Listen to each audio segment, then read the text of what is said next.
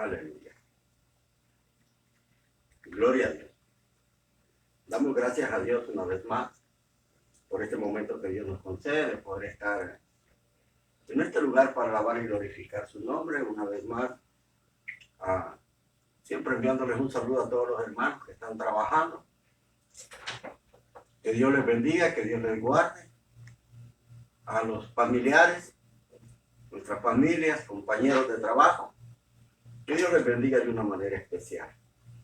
Esta hermosa noche ya los hemos gozado en el Señor, hemos alabado su nombre y queremos hacer una oración para dar inicio a este servicio y poder entrar a lo que es la meditación de la palabra del Señor.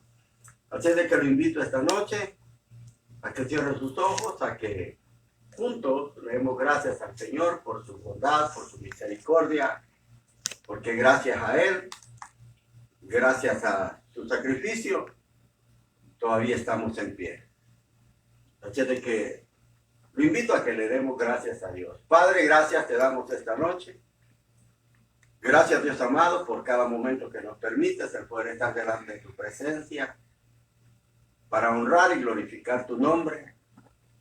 Esta noche, Señor, yo te doy gracias por tu bondad y tu misericordia, porque siempre nos permites, Padre, poder glorificar y exaltar tu nombre. Gracias por la fortaleza.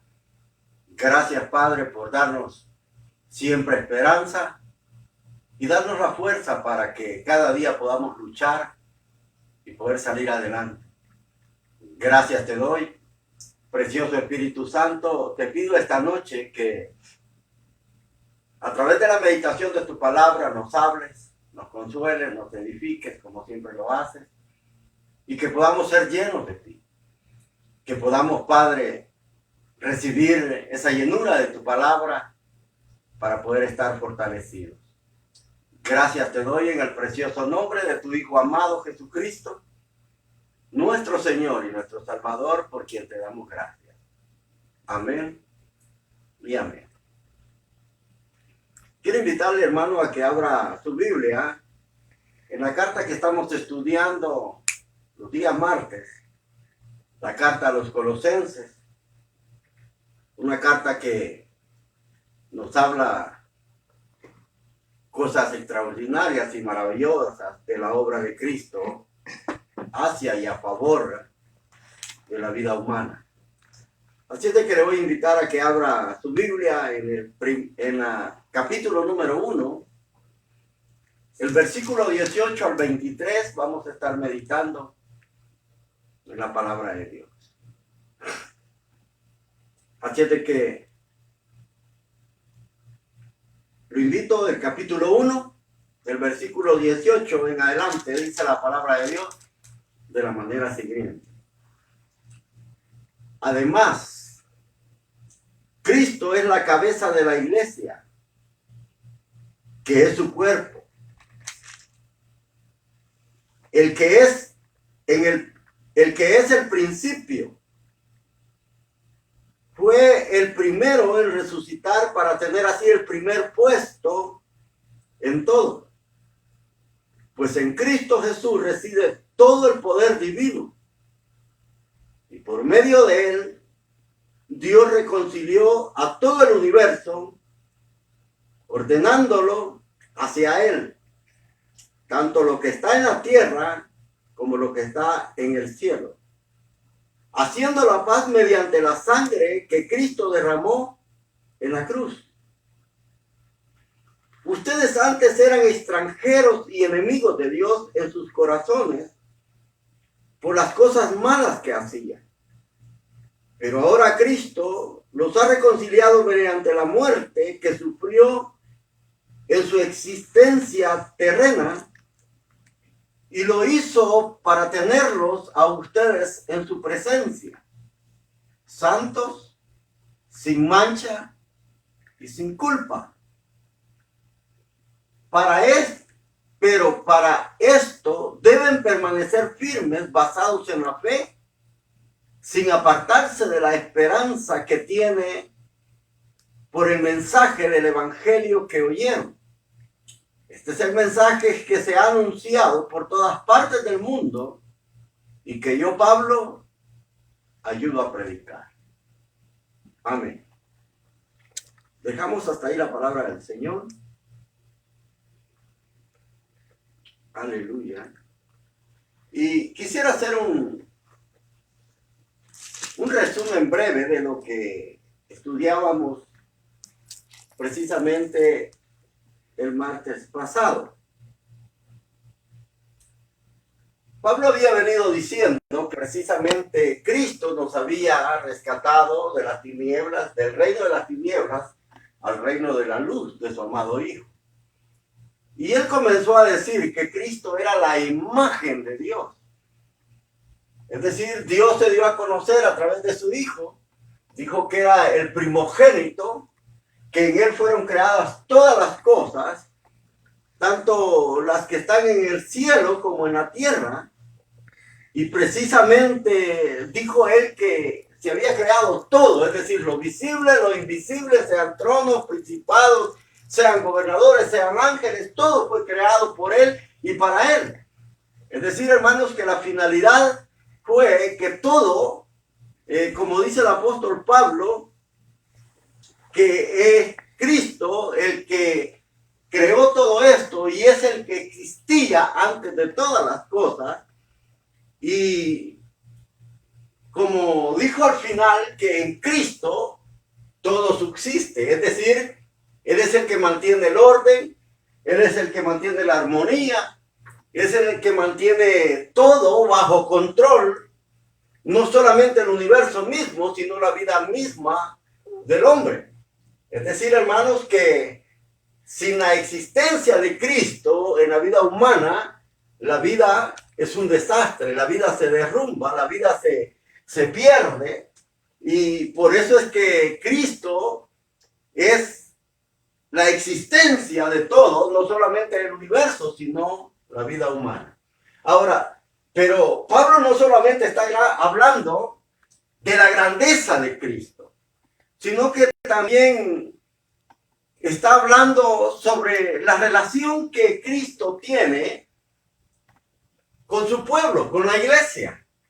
Ahora, en estos versículos que hemos leído, hermano, Pablo dice, además, es decir, hay algo más que agregar todavía, porque Cristo no solo es el creador de todas las cosas y el que tiene la preeminencia, el que tiene el dominio de todo y el que sustenta todo, todas las cosas, como dice Pablo, por él subsisten, es decir, se mantienen en orden, sino que además, dice Pablo, Cristo es la cabeza de la iglesia.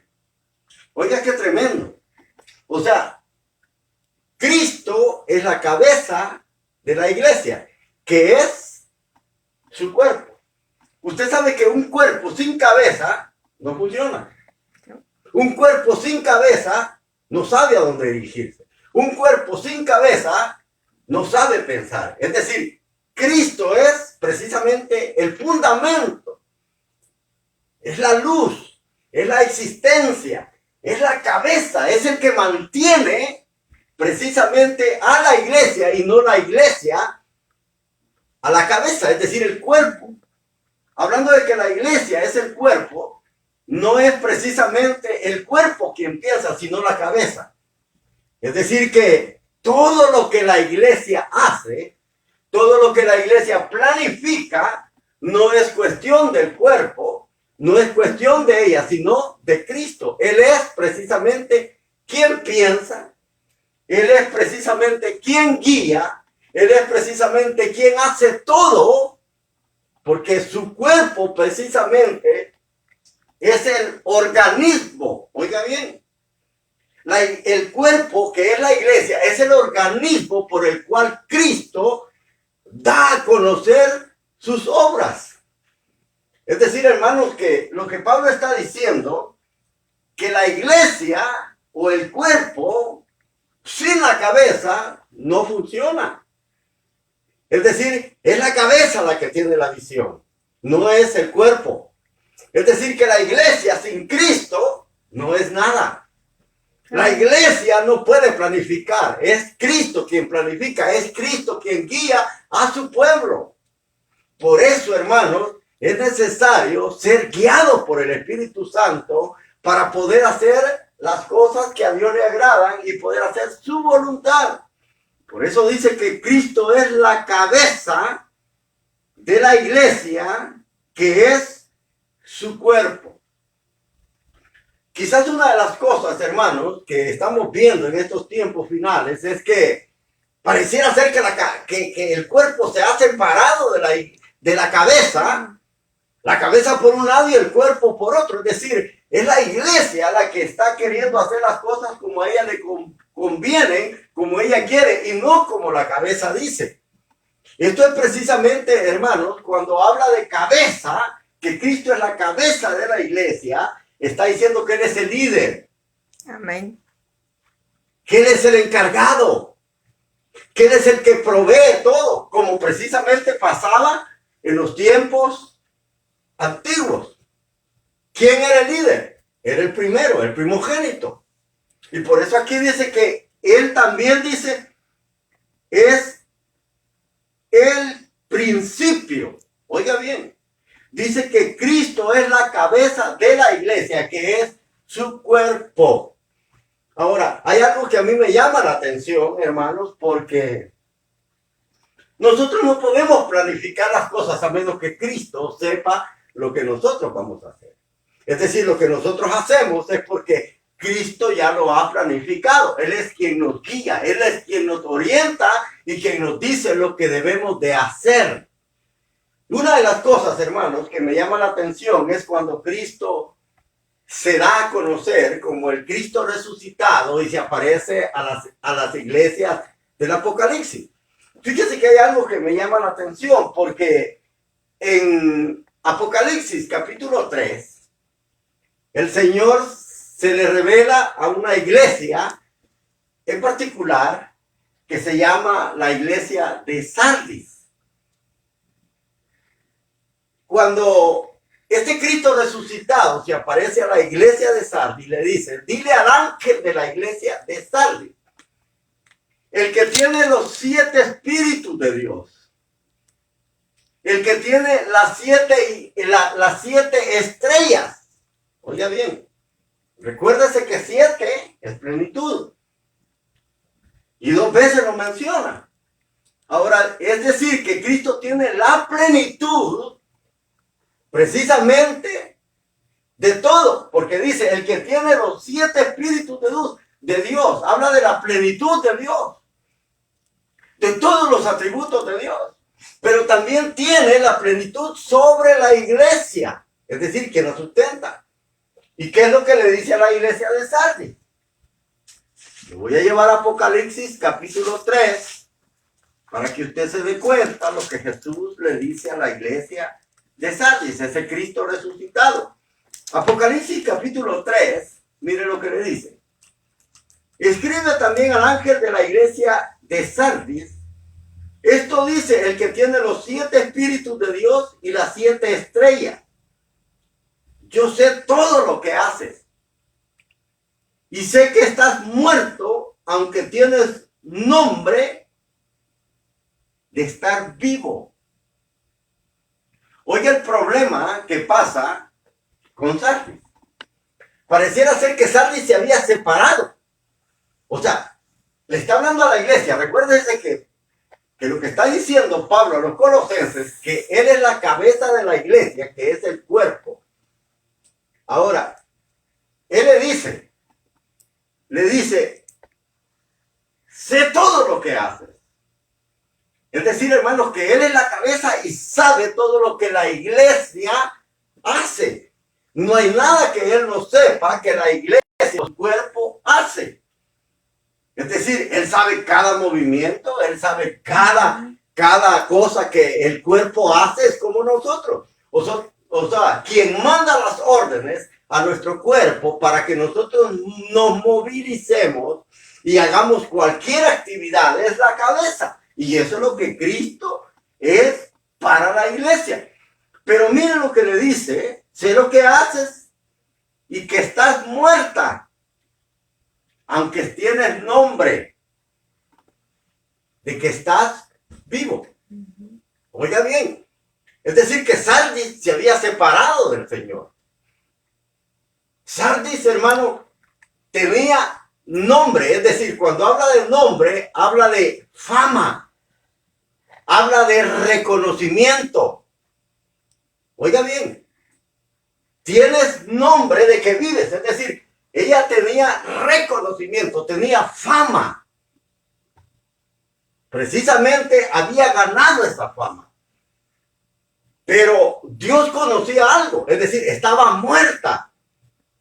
¿Por qué? Porque se había separado del Señor. Es como cuando el Señor habla y dice que nosotros, dice, somos, cuando habla en el Evangelio de Juan, en el capítulo 14 o 15 me parece, cuando él dice, habla de la vid verdadera. Dice, yo soy la vid verdadera y ustedes son los pámpanos. Toda rama, dice, que los pámpanos son las ramas, toda rama, dice, que en mí no permanece, no puede llevar fruto. Es decir, cuando una rama se separa del árbol, se seca, se muere. Y precisamente no puede llevar fruto. Aunque esa muerte no es de una vez, hermano, no es de una forma rápida, sino que la muerte es lenta. Cuando una rama se separa del árbol, precisamente comienza su muerte muy lenta. Pero llega el momento, hermanos, en que esa rama se seca. Lo mismo pasa con la iglesia. Si la iglesia se separa de la cabeza, que es Cristo, la iglesia no puede permanecer. Y esto es lo que el Señor le dice a la iglesia de Sardis. Porque Sardis tenía nombre de que vive, es decir, que estaba viva. Y cuando el Señor dice eso, no es precisamente, hermano, que los hermanos no fueran activos. No está hablando de que estuvieran en un edificio viejo, cerrado. No, la iglesia de Sardis era una iglesia activa. Era una iglesia, hermanos, que trabajaba mucho. Pero precisamente, hermanos, lo que hacía que esta iglesia estaba muerta era que ellos, hermanos, se preocupaban por los placeres terrenales y el dinero fácil. Es decir, se habían separado de Cristo y por eso Cristo podía ver que esa iglesia separada estaba muerta. Ahora, es como pudiéramos quizás ahora en día decir, ¿cuántos ahora en día de los que decimos ser cristianos y decimos que estamos activos porque vamos a la iglesia, pero ¿qué dirá el Señor de nosotros? ¿Qué pensará Él de nosotros? Porque Sardis era una iglesia activa, hermano. Una iglesia que hacía muchas cosas, pero ¿sabe cuál es el problema? Se había separado. ¿De qué manera? Es decir, no tenía persecución, no tenía nada de esto, pero se había separado de las doctrinas, de las enseñanzas. Y vea lo que el Señor le dice aquí. Despiértate y esfuerza y refuerza las cosas que todavía quedan. Oiga, despiértate, es decir, que estaba dormida. Y refuerza las cosas que todavía quedan, pero que ya están a punto, oiga, de morir. Es decir, que todavía tenía cierta esperanza, pero tenía que despertar. Tenía que actuar. Y tenía que actuar. Pues he visto, dice, lo que haces no es perfecto delante de mí. Recuerda pues la enseñanza que has recibido, síguela y vuélvete a Dios. Oiga, recuerda la enseñanza que has recibido, síguela y vuélvete a Dios. Eso es lo que le estaba pidiendo. Es decir, que regresara, es decir, que era una iglesia que a pesar de que estaba activa, a pesar de que tenía tanto trabajo, pero el trabajo, hermano, no hace a una iglesia que sea viva. Muchos ahora en día podrían decir, no, es que esta iglesia tiene muchas actividades y está viva. No, lo que hace que la iglesia esté viva es que esté pegada a su cabeza. Pero hay muchas iglesias ahora en día que precisamente se han desligado de la cabeza y ya no hacen caso a su cabeza, que es Cristo. Hoy las iglesias, hermanos, no hacen lo que Cristo quiere, sino lo que ellas quieren. Es decir, están desligadas. Esto es, hermano, como en un matrimonio. Le voy a poner un ejemplo. En un matrimonio, hermano, pueden estar casados. Pueden estar casados, pero ya no hacen las cosas como matrimonio. Es decir, la mujer ya no le hace caso al marido. Están casados, pero ya no le hace caso. Ella hace las cosas que quiere. Es decir, están unidas precisamente, místicamente, pero ya no existe ese orden en el cual precisamente ellos deben de actuar de una manera mutua. Y eso es lo que Pablo está diciendo, que dice que Cristo es la cabeza de la iglesia. Es decir, hermanos, sin Él nosotros estamos muertos. Jesús dijo, sin mí nada podéis hacer. Y dice aquí precisamente, en el versículo 18, dice que Él es el cuerpo, que es el principio. Mire, Cristo no solamente es el principio de la creación de Dios, es decir, el que creó todas las cosas, sino que también es el principio de lo que es la iglesia, es decir, el nuevo comienzo de una nueva vida. Por eso es que cuando Pablo habla a los corintios, o escribe a los corintios, él dice, todo el que está en Cristo es una nueva creación. La versión Reina Valera dice nueva criatura, pero la original dice una nueva creación. Es que Él es el principio de esta nueva creación. Es decir, cuando la persona, hermano, recibe a Cristo, Dios comienza a crear una nueva creación en esta persona porque precisamente actuaba fuera de la voluntad de Dios. Y eso es lo que Pablo está diciendo, que Él es el principio, y dice que fue el primero en resucitar. Ahora, cuando dice que Él es el principio, lo quiero llevar a Apocalipsis 3:14, siempre ahí. Apocalipsis 3:14. Aleluya. Apocalipsis 3:14. Mire lo que dice cuando escribe a la iglesia de la Odisea. Escribe al ángel de la iglesia de la Odisea. Esto dice el amén, el testigo fiel y verdadero. ¿Y qué dice? El principio de la creación. De la creación de Dios. Y aquí dice el origen de todo lo que Dios creó. Es decir, hermanos, es como que Cristo fuera, como dice muchas veces en Apocalipsis, el alfa y el omega, el primero y el último, el principio y el fin. Es decir, cuando habla de principio, está hablando también que en Él comienza la vida y en Él termina la vida. Por eso es que Él es el principio de todo y en Él finaliza todo. Porque todas las cosas, como Pablo dice, fueron creadas para Él y en Él. Ahora, dice aquí que Él fue el primero en resucitar para tener así el primer puesto en todo, es decir, la preeminencia.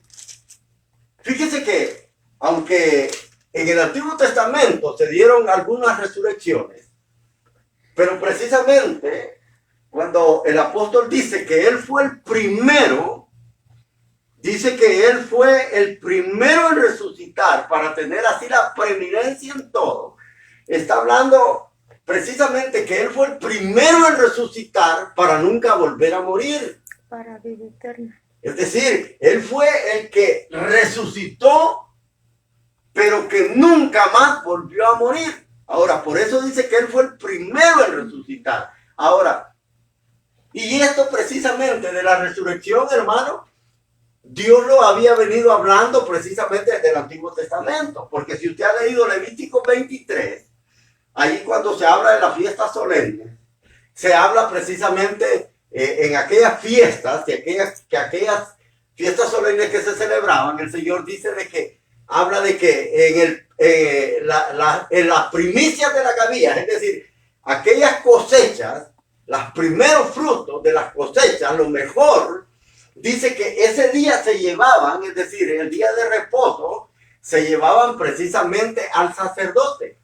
Y el Mesías, y se ofrecían con un cordero de 1 año sin mancha. Es decir, y dice que esas primeras gavillas o esos primeros frutos se iban a ofrecer después del día de reposo. Ahora, precisamente esas gavillas o esos primeros frutos hablan de la resurrección de Cristo. Por eso dice que Él era, en 1 Corintios dice que Él es la primicia de todos los que han resucitado. Mire lo que dice el apóstol Pablo en 1 Corintios capítulo 15, versículo 20. Mire lo que dice 1 Corintios capítulo 15, versículo 20. Dice, pero lo cierto es que Cristo ha resucitado. Él es el primer fruto de la cosecha.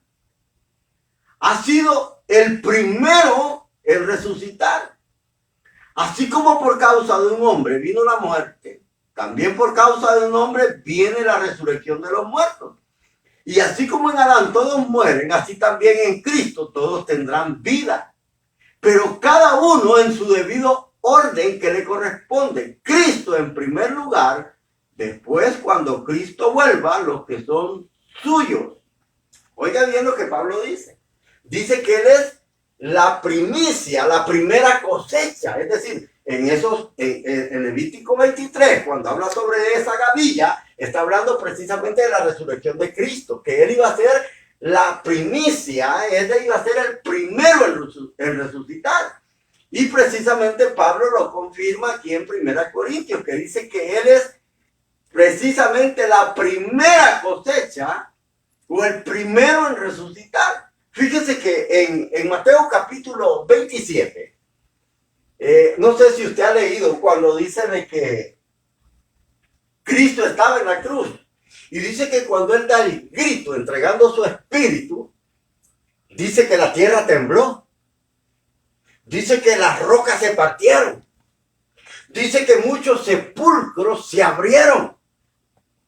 Y dice que después de la resurrección de Cristo, dice, muchos santos que habían muerto resucitaron después de Cristo. Y lo voy a llevar para que vea.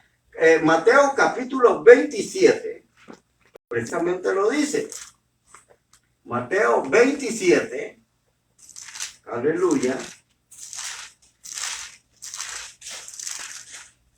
Mateo capítulo 27, versículo 52.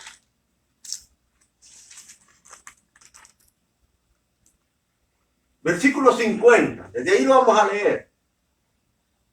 Jesús dio otra vez un fuerte grito y murió. En aquel momento el velo del templo se rasgó en dos, de arriba abajo. La tierra tembló, las rocas se partieron y los sepulcros se abrieron. Y hasta muchas personas santas que habían muerto volvieron a la vida. Entonces salieron de sus tumbas después de la resurrección de Jesús y entraron en la ciudad santa de Jerusalén, donde mucha gente los vieron. ¿Se imaginan? O sea, esos cuerpos que estaban ahí, de esos santos, hermanos, del Antiguo Testamento, es decir, ya habían muerto. Pero cuando Cristo muere, es decir, la tierra tiembla y los sepulcros se abren. Es decir, los sepulcros quedaron abiertos. Se puede decir durante 3 días, durante el tiempo que Jesús estuvo muerto. Es decir, cuando Él resucita, después que Él resucita, resucitan esos cuerpos de esos santos que ya habían muerto. Y dice que entraron a la ciudad de Jerusalén. Y dice que muchos los vieron. Ahora, ¿qué nos está queriendo decir Mateo con esto? Precisamente que la resurrección de Cristo es una garantía de la resurrección del cristiano cuando Cristo vuelva por segunda vez a la tierra. Porque cuando Pablo habla de Cristo, de la resurrección, en el capítulo 15 de la primera carta de Corintios, habla de la resurrección. Dice, primero Cristo, luego los que son de Cristo, todo a su debido orden. Es decir, eso nos habla, hermano, precisamente de la garantía.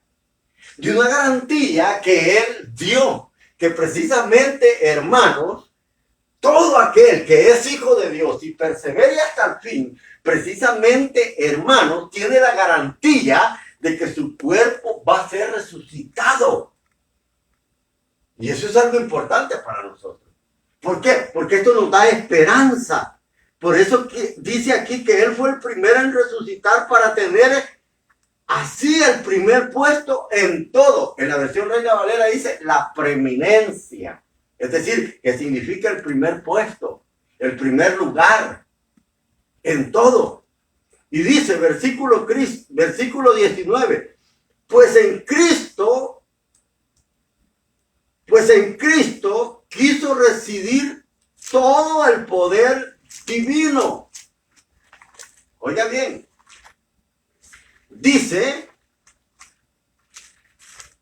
que en Cristo quiso recibir todo el poder divino. Ahora, aquí hay algo, hermanos, que en esta versión no dice, pero que en la Reina Valera dice que al Padre le plació, así dice, que al Padre le plació que en Él, que en su Hijo Jesucristo, precisamente dice que residiera, ¿qué dice? Toda la plenitud. Ahora, en el griego, la palabra plenitud significa el pleroma. Pleroma es precisamente, nos está hablando que Jesús o que Cristo era Dios mismo. Es una forma de decirnos que precisamente Él tiene la plenitud. Es decir, tiene todo el poder y tiene todos los atributos. Eso es lo que está queriendo decir, porque el pleroma en griego, que es plenitud, precisamente habla de todo el poder y toda la plenitud de Dios. Es decir, que lo que nos está queriendo decir en esta carta Pablo es que como en Él estaba toda la plenitud, se recuerda lo que dice a la iglesia de Sardis, que dice que Él tiene los 7 espíritus de Dios. Eso habla de plenitud. Y tiene las 7 iglesias. 7 en la numerología bíblica es plenitud, completo, que no le hace falta nada. Es decir, hermanos, que lo único que el cristiano necesita es tener a Cristo, porque lo tiene todo. El que tiene a Cristo lo tiene todo. No le hace falta nada a Él. Por eso dice que en Él, es decir, el Padre se complació en que en Él residiera toda la plenitud. Es decir, todos esos atributos de Dios, todo ese poder divino de Dios estaban en Él. Oiga, qué tremendo lo que Pablo nos dice. Y dice precisamente que por medio de Él, Dios reconcilió a todo el universo, ordenándolo hacia Él, tanto lo que está en la tierra como lo que está en el cielo, haciendo la paz mediante la sangre que Cristo derramó en la cruz del Calvario. Mire qué tremendo. Es decir, a través de Cristo, recuérdese, hermano, que había, para reconciliar a una persona que está peleada con otra, para reconciliarlo se necesita que haya un intermediario, enemistad y haya un intermediario. Ahora, dice la palabra de Dios que Dios quiso en Él reconciliar, así dice, a todo el universo, ordenándolo hacia Él. Oiga, y dice, todo lo que está en la tierra como lo que está en el cielo. Ahora, fue en Cristo que Dios reconcilió al mundo. Pablo dice a los Corintios que Dios estaba en Cristo reconciliando al mundo perdonándole todos sus pecados. Es decir, hermanos, que sin ese sacrificio no hubiera habido reconciliación. Ahora, dice ahí que Dios no solamente quiso reconciliar al ser humano, sino que iba a reconciliar todas las cosas, dice, lo que está en la tierra como lo que está en el cielo. Fíjese que en esta porción, precisamente, hubieron muchos hombres, hermanos, antiguamente, que cuando ellos interpretaban este versículo, decían ellos que precisamente Dios estaba enemistado con todo. O sea, como ahí dice que Él reconcilió a todo el mundo. Entonces algunos comenzaron a decir que precisamente esa reconciliación no solamente era el universo y el hombre, sino que incluso los seres angelicales. Algunos comenzaron a decir que tanto los ángeles que habían pecado como el mismo diablo iban a ser reconciliados para estar nuevamente con Dios. Y esa fue una herejía que se transmitió durante mucho tiempo, diciendo de que ellos iban a volver como el hombre iba a volver también, pero esa es una gran mentira. Porque Dios no habla precisamente de reconciliar al hombre. En el libro de los Hebreos, Dios dice que Dios vino precisamente a salvar al hombre y no a los ángeles. Pero esa fue una herejía, hermanos, que se dio en donde los hombres decían precisamente que esos ángeles caídos o esos ángeles que estaban en rebeldía con Dios iban a ser reconciliados otra vez. Pero eso no es lo que dice el libro de Judas, porque dice que ellos están guardados en prisiones de oscuridad, reservados para el día del juicio. Ahora, pero ellos decían todo esto. Ahora, lo que Pablo está diciendo, cuando Pablo precisamente dice que él, que todo el universo, tanto lo que está en la tierra como en el cielo, iba a ser reconciliado, lo que Pablo está diciendo es que el sacrificio, oiga bien, que el sacrificio que Cristo llevó a cabo en la cruz del Calvario, o la obra de Jesús, fue plena, total y amplia, que abarca todo el universo. Es decir, no hay nada que escape, que no haya de ser reconciliado, precisamente, hermanos, en la obra de Cristo. Oiga bien, porque precisamente algunos han llegado a pensar también, por lo que dice Hebreos capítulo 9, que dice que es necesario que las cosas celestiales sean purificadas también. Algunos han llegado a pensar eso, pero precisamente lo que Pablo está diciendo, que cuando vayan a ser reconciliados todo el universo y lo que está en el cielo y lo que está en la tierra, está hablando de la amplitud, de la totalidad que el sacrificio de Cristo tiene. Es decir, que ese sacrificio abarca todo. No hay nada que quede fuera de ese sacrificio que Cristo no pueda reconciliar. Eso quiere decir, hermanos, que no hay hombre al cual Dios, a través del sacrificio de Cristo, no le pueda perdonar los pecados que él haya cometido. Es decir, cualquiera puede decir, no, mis pecados son graves, mis pecados son grandes, nadie ha pecado como yo. Pero precisamente esa reconciliación en Cristo abarca todo. Por muy grande que sea, nada escapa a ese sacrificio. Habla de su totalidad, de su plenitud, que no hay nada que no pueda ser reconciliado en Cristo Jesús.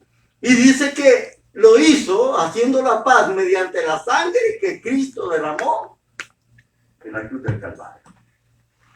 Mediante esa sangre que Él derramó en la cruz del Calvario, el hombre puede hallar reconciliación con Dios. Mire qué tremendo. O sea, algo, hermanos, que no se había podido lograr. Algo que precisamente el hombre, hermano, ahora en día, tiene la oportunidad de poder reconciliarse con Dios. Y alguien podrá decir quizás, ¿y yo de qué tengo que reconciliarme con Dios? Tenemos mucho de qué reconciliarnos. Porque aquí lo dice, mire, en el versículo 21. Mire las consecuencias de esa obra expiatoria de Cristo en la cruz del Calvario, derramando esa cruz. Dice, ustedes eran extranjeros, y dice, y enemigos de Dios en sus corazones por las cosas malas que hacían. Oiga, éramos extranjeros, dice, y enemigos de Dios en nuestros corazones. Oiga bien como lo dice. Fíjese que esta palabra extranjero en el griego tiene un significado bastante tremendo.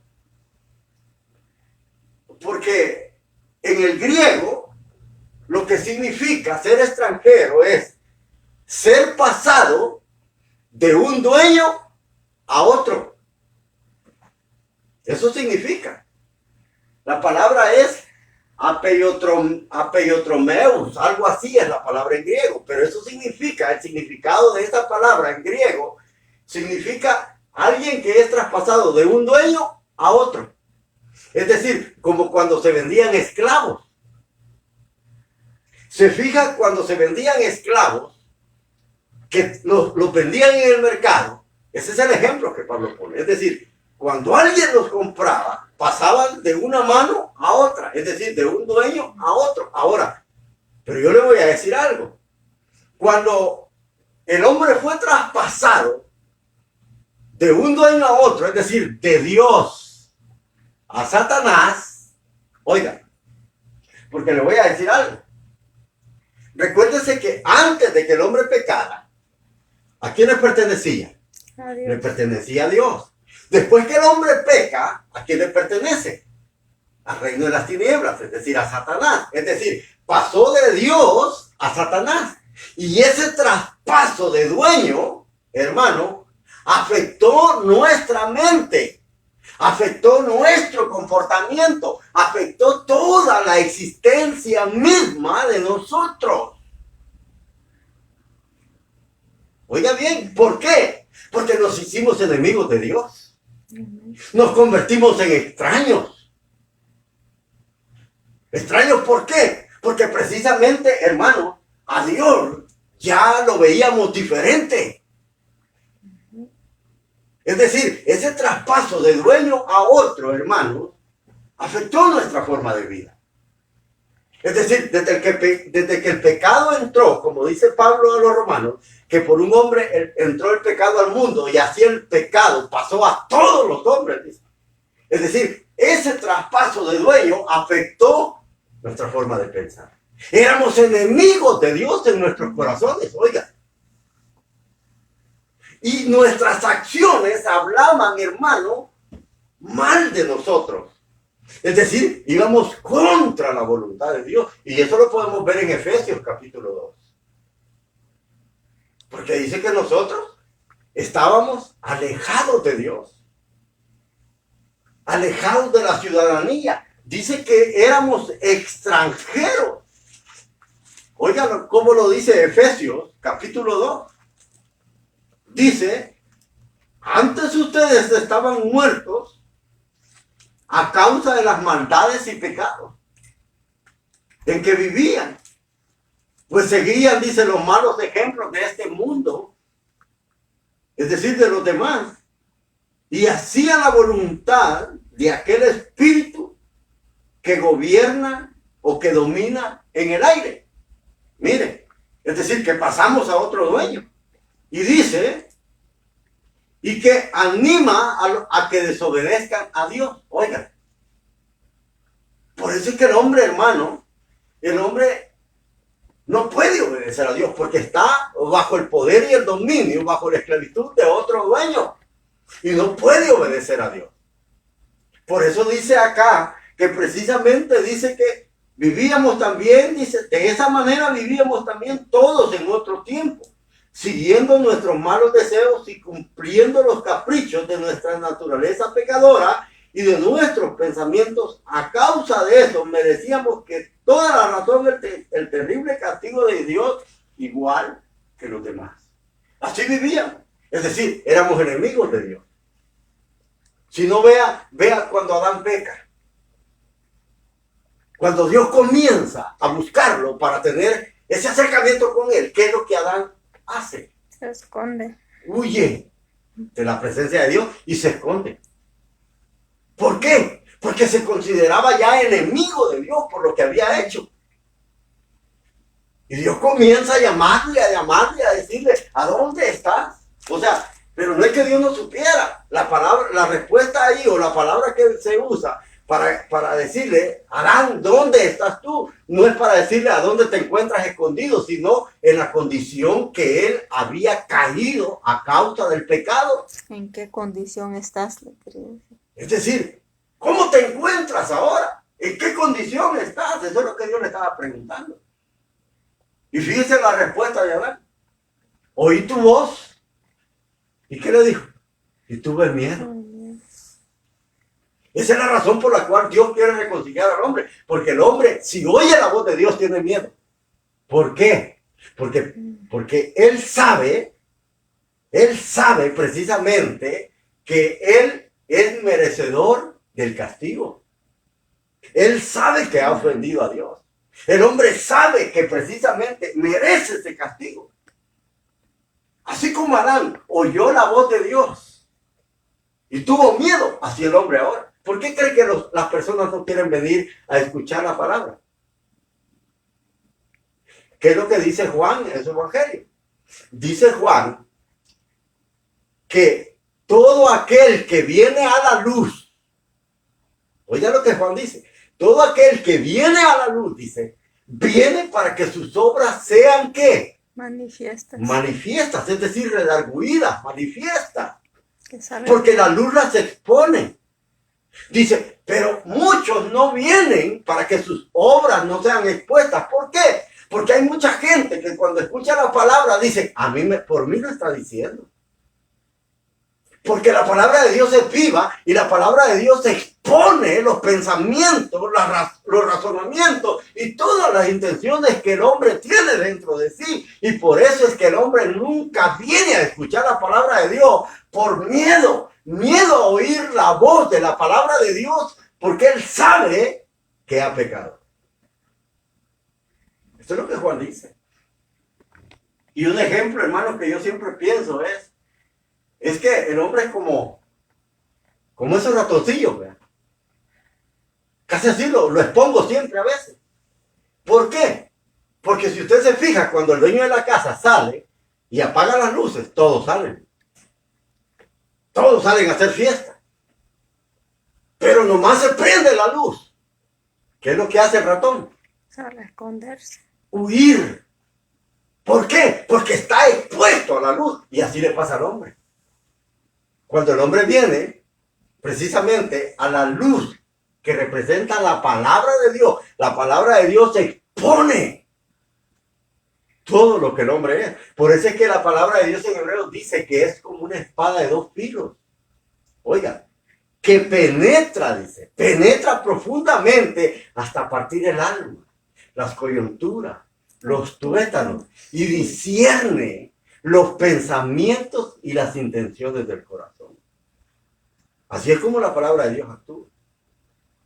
Por eso es que aquí Él nos está diciendo que dice que nosotros éramos enemigos de Dios en sus corazones por las cosas malas que hacíamos. Oigan, éramos como hijos desobedientes. Así éramos. Nos comportábamos mal con nuestro Padre. Dice, pero ahora en Cristo nos ha reconciliado mediante la muerte que sufrió en su existencia terrenal. Mire qué tremendo aquí. Aquí hay algo importante, porque dice que ahora en Cristo, oiga bien, ahora en Cristo, dice, nos ha reconciliado mediante la muerte que sufrió. Oiga, nos ha reconciliado ahora en Cristo. Es decir, ¿qué es lo que está queriendo decir Pablo? que precisamente la promesa que Dios había hecho de redimir a la humanidad en Génesis capítulo 3, ¿se recuerda lo que en el capítulo 3 cuando precisamente el hombre peca y lo que la promesa que Dios hace entre la mujer y la serpiente? Él le dice, va a haber enemistad entre las dos simientes, es decir, entre la descendencia de la mujer y la descendencia de la serpiente. Va a haber enemistad, le dice. Pero la simiente de la mujer le dice, ¿de qué le dice? Te herirá en la cabeza. Te herirá en la cabeza. Es decir, una muerte mortal. Hablando de precisamente que el pecado iba a ser vencido, que el mal iba a ser vencido. Es decir, te herirá en la cabeza, porque un golpe en la cabeza es un golpe de muerte. Pero, ¿cuál es el golpe que la simiente de la serpiente le iba a dar a la simiente de la mujer? Le dice, ella solo te va a herir en el calcañal. Es decir, algo que no produce muerte. Solamente una picadura, una mordedura. Es decir, pero esa promesa que Dios había hecho en el Edén, oiga bien, aquí Cristo la cumple. Dice que Dios, oiga bien, dice, pero ahora en Cristo nos ha reconciliado mediante la muerte que sufrió en la cruz del Calvario. Es decir, aquí se cumple la promesa. La promesa que Dios hizo que iba a restaurar a la humanidad perdida. Una humanidad que no podía volver a Dios, a menos que esa promesa llegara. Pero en su tiempo, oiga bien, y en su momento, Dios envía a su Hijo para cumplir esa promesa. Ahora, y algo que nos deja ver ahí, hermano, imagínense, durante siglos y siglos, Dios estuvo siguiendo a una humanidad rebelde y pecadora para reconciliarla. Vea cómo el gran amor de Dios, un amor tan enorme, hermano, de Dios hacia la humanidad, que no le importó perseguir a esta humanidad para reconciliarla durante siglos. Ahora Dios había cumplido y Dios ha cumplido la promesa en Cristo de reconciliar a la humanidad. Ahora, si el hombre no aprovecha esta oportunidad, Dios no tiene más que ofrecer. ¿No? Es todo lo que Dios puede ofrecerle al hombre. Y era promesa que durante siglos, hermanos, los hombres habían estado esperando. Promesa de restauración, promesa de reconciliación, promesa de perdón, promesa de salvación. Ahora, Pablo dice, pero ahora en Cristo nos ha reconciliado mediante la muerte que sufrió en su existencia terrenal. Y dice, y lo hizo, ¿para qué? Mire qué tremendo, ¿por qué? ¿Cómo ese amor de Dios se muestra, hermano? ¿Por qué hizo Dios esto? Dice aquí, lo hizo para tenerlos a ustedes en su presencia. Oiga, qué tremendo, hermano. O sea, ¿qué le hacía falta a Dios, aparte de tener al hombre? Nada. Fíjese todo lo que Dios hizo. Nos reconcilió con la única finalidad de tenerlos en su presencia. Oiga bien. Ahora uno se preguntaría, ¿se siente solo Dios? No. No. ¿Le hará falta el hombre para Dios ser feliz? No. Quiere que nosotros seamos Ahora, felices. lo que Él quiere, hermano, es que el hombre vuelva a aquella felicidad que en un principio el hombre tenía cuando tenía ese acercamiento con Dios. Esa es la finalidad. Por eso Dios, hermano, tuvo que enviar a su Hijo y a través de Él reconciliarlos con la única finalidad, dice, de tenerlos a ustedes en su presencia. Miren lo que Pablo le está diciendo a los colosenses. Dice, para tenerlos en su presencia ¿Cómo? Santos, santos, sin mancha irrepresibles. y sin culpa. Ahora, ¿y qué es eso? Describe la pureza del ser humano. Ahora, ¿cómo? Como vivía Adán antes en el principio. Adán era puro delante de Dios. Fíjese que dice la Escritura en el Génesis que Adán, dice, y su mujer estaban desnudos delante de Dios y no se avergonzaban. ¿Por qué? Porque había pureza. Había inocencia. No había pecado, había pureza, había inocencia. Y cuando habla de que ellos estaban desnudos, no está hablando precisamente como nosotros creemos, físicamente. Porque ellos tenían un ropaje de luz que los cubría. Cuando habla de que ellos estaban desnudos, lo que la Biblia está diciendo es que ellos no tenían nada que esconderle a Dios. Nada. Eran transparentes, todo su corazón, toda su vida, toda su existencia estaba abierta delante de Dios. Eso habla precisamente de pureza. Pero vea la finalidad de Dios. Hacer todo esto, hermano, tener que mandar a su hijo a morir, solo por tener cerca al hombre, solo por tener cerca al pecador, al perverso, oiga, y tenerlo sin mancha, tenerlo sin defecto, sin arruga, que habla de la pureza. Ahora, ¿quién hace eso? Vea lo que Dios, hermano, vea el propósito. Vea cuál es la finalidad. ¿Se recuerda lo que el Señor le dijo a sus discípulos? Le dijo, yo me voy. Y me voy a preparar moradas para ustedes. Porque en la casa de mi Padre, les digo, hay muchas moradas. Y después de ir a preparar moradas, les dice, voy a volver. Y los voy a tomar para que donde yo esté, ustedes estén. Oiga, qué tremendo. Y no solo eso, sino que seremos igual que Él. Juan lo dice en su primera carta, en el capítulo 3, dice, hermanos, ahora somos hijos de Dios, dice. Ahora somos hijos de Dios, pero todavía no se ha manifestado Lo que hemos de ser. Pero cuando Él se manifieste, dice, le veremos cara a cara y seremos como semejantes a Él. Es decir, no solamente vamos a estar en su presencia, sino que vamos a ser igual, semejantes a Él. Es decir, así como Él era. Eso es lo que Dios quiere hacer de nuestra vida.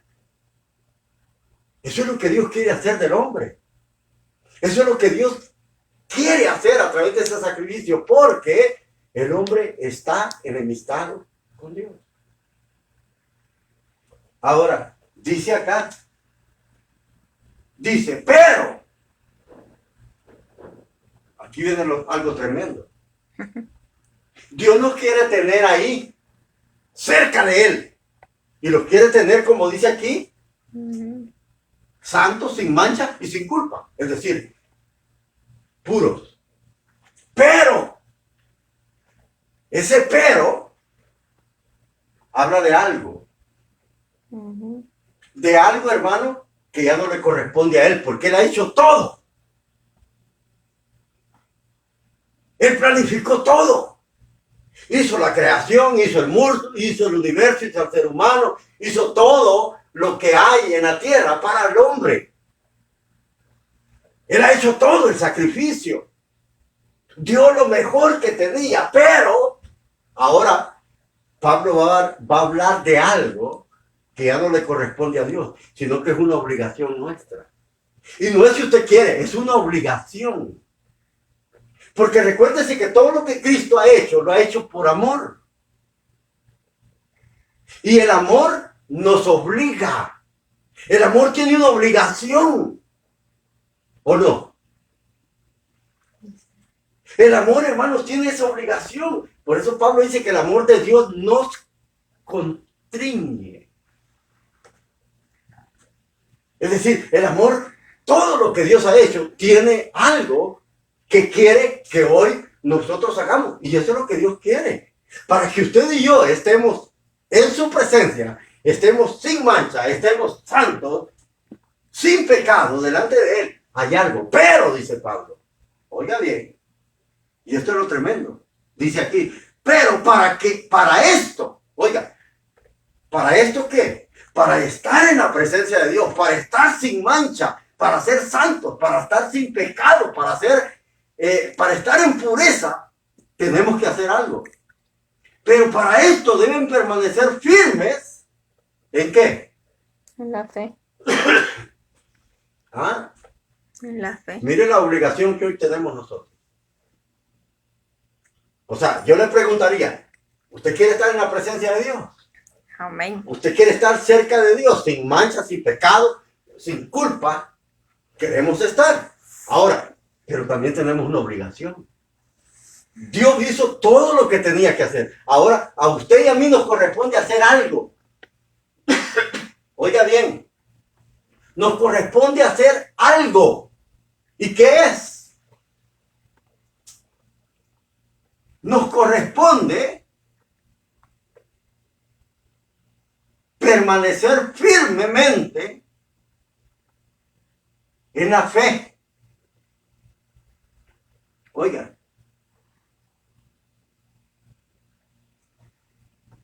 permanecer firmes. Ahora, y permanecer firmes no significa en el griego tiene algo muy notorio. La palabra permanecer en griego es meno, que significa morar, perseverar, no dejar. Es decir, estar firme. Es decir, no dejarse mover por nada. Pero esto es lo que más cuesta. Permanecer en la fe. Esto es lo que más cuesta. Permanecer firmes en la fe. Dos cosas. En la fe y la esperanza. ¿Qué es lo que Pablo dice? Que nosotros, dice, somos llamados a una esperanza. ¿Esperanza de qué? Esperanza de vida eterna. Porque dice que nosotros, dice, Dios nos ha prometido una esperanza que está reservada para nosotros en el cielo. Esa esperanza es de vida eterna, de permanecer con Él. Ahora, pero tenemos que permanecer firmes. Ahora, debemos de tener permanencia, y permanecer firmes es estar en Cristo. Pero que es lo que a muchos hermanos ahora les cuesta. Es permanecer. Es ser firmes. Es morar. Ahora, porque fíjese bien. Muchos ahora no quieren congregarse. Usted puede decir, hermano, yo tengo años, pero se viene a reunir a las 500. Y eso no es permanecer firme. Permanecer firme es como dice el escritor de los Hebreos. No dejando de congregarse, como algunos tienen por costumbre. Muchos ya se acostumbraron a no congregarse. Muchos ya se acostumbraron a tener que ver solo por el celular. Y ni aún así, muchos no quieren. Esto es lo que el Señor quiere. Ahora, es bonito, va a decir, yo quiero estar en la presencia de Dios, pero para esto se necesita hacer algo. Se necesita permanecer en la fe y la esperanza que el Evangelio tiene. Amén. Se necesita permanecer. Porque si usted se recuerda lo que el apóstol Pablo, lo que el apóstol Juan dice en Juan capítulo 2, primera carta de Juan, capítulo 2, versículo 19. Mire lo que Juan dice.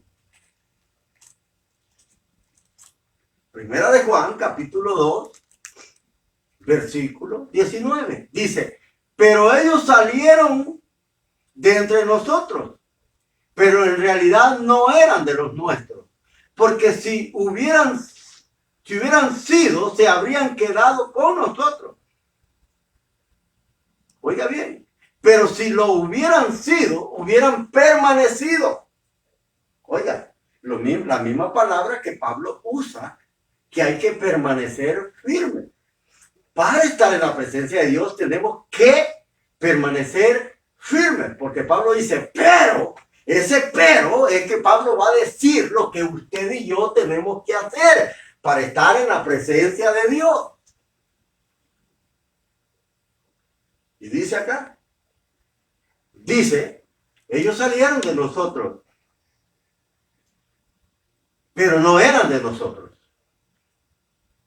Porque si hubieran sido de nosotros, habrían permanecido o se habrían quedado con nosotros.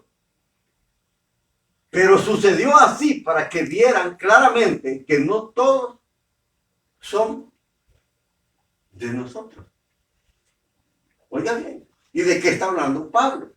Juan, precisamente está hablando de que dice que hay muchos anticristos que han surgido y que ya están en el mundo. No solamente habla de los falsos maestros, sino de los que se han ido.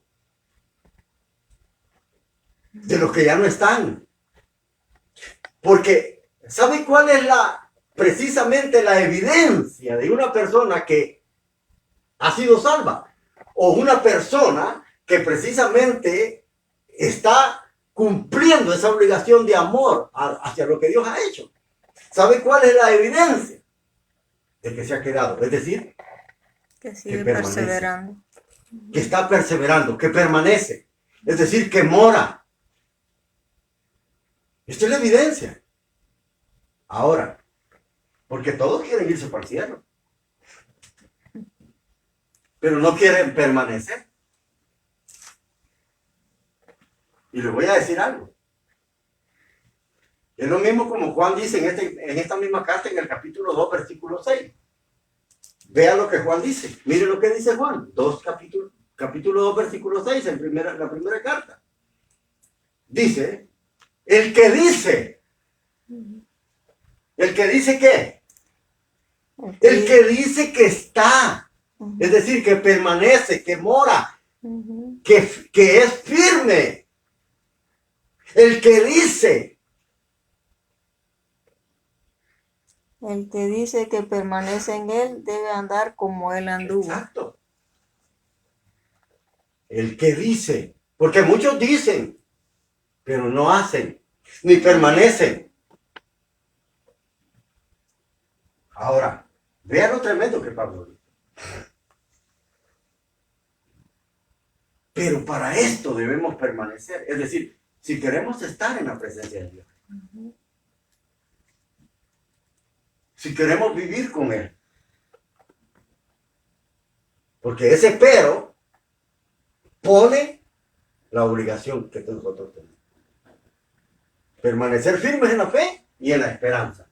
Esperanza que el Evangelio ha anunciado o que ellos dicen, oyeron. Este es el mensaje que he anunciado por todas partes del mundo y que yo, Pablo, ayudo a predicar.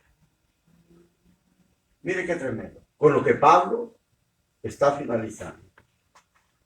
Dice él, Dios los reconcilió. Cumplió la promesa del Génesis. Ha reconciliado a la humanidad a través de su Hijo, a través de la muerte expiatoria. Pero, dice, la finalidad de él llevarlos a su presencia y tenerlos junto con él, sin mancha. Perfectos, sin pecado. Ahora, pero para eso necesitamos hacer algo. Permanecer. Y lo voy a llevar a Apocalipsis capítulo 3. Con lo cual voy a finalizar. Capítulo 3, versículo 5.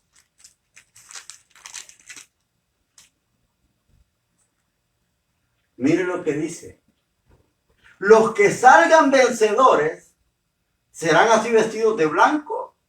¿Y qué dice? No borraré su nombre del libro de la vida. Oiga, los que permanezcan vencedores, es decir, los que perseveren, los que permanezcan en la fe. Es decir, eso nos habla precisamente que el que no persevera, allí, hermano, es como que Pablo estuviera diciendo, bueno, si no permanecen, la salvación se pierde. No permanecer firme, no morar con Cristo, no estar en Cristo, no ser perseverantes, habla de que la salvación se puede perder si no se persevera. Porque Dios no nos ha salvado para que nosotros hagamos lo que queramos y al fin y al cabo Dios nos ama y nos va a salvar sea como sea. No, no. Dios nos ha salvado, pero no nos ha dado carta de libertad para que vivamos como queremos. Es decir, debemos de hacer lo que Él dice y como Pablo dice, permanecer firmes. Es decir, sin que nada ni nadie nos aparte. Así es de que yo lo dejo con este corto y breve mensaje para que usted reflexione. Porque muchos pensamos de que todos vamos a ir al cielo. Y le voy a decir algo, si nosotros no permanecemos, es decir, si no continuamos perseverando hasta el fin, no estaremos en su presencia. Porque permanecer es ser estable. Ser estable. Ahora, pero eso no quiere decir, hermanos, que usted puede decir, tengo años. Pero ¿de qué le sirve tener años en el Evangelio? Si en un año quizás se reúne unas 6 veces. De nada le sirve. Porque eso no es permanecer. ¿Sabe qué es lo que Dios mira? El esfuerzo. Dios mira ese esfuerzo suyo. Así es de que, hermanos, yo lo dejo con esto, esperando que sea Dios bendiciéndolo de una manera especial. Vamos a orar para que sea Dios en nuestras vidas, fortaleciéndolo siempre. Padre, gracias. Gracias te damos esta noche. Yo te pido, Padre, que tu palabra haya llegado al corazón de muchas vidas. Te pido, Señor, que tú bendigas la vida de cada uno, sea hermano o no sea cristiano, Padre, que tu palabra pueda llegar, pueda ser de mucha bendición a la vida de muchas personas. Padre, gracias, fortalécenos cada día y ayúdanos, Señor, para que podamos perseverar, sea que hayan hermanos, o sea que no, podamos perseverar, Señor, y podamos llegar al final, podamos ser vencedores, para que nuestros nombres no sean borrados del libro de la vida. Padre, gracias, en el nombre de Jesús. Amén. Amén. Y amén.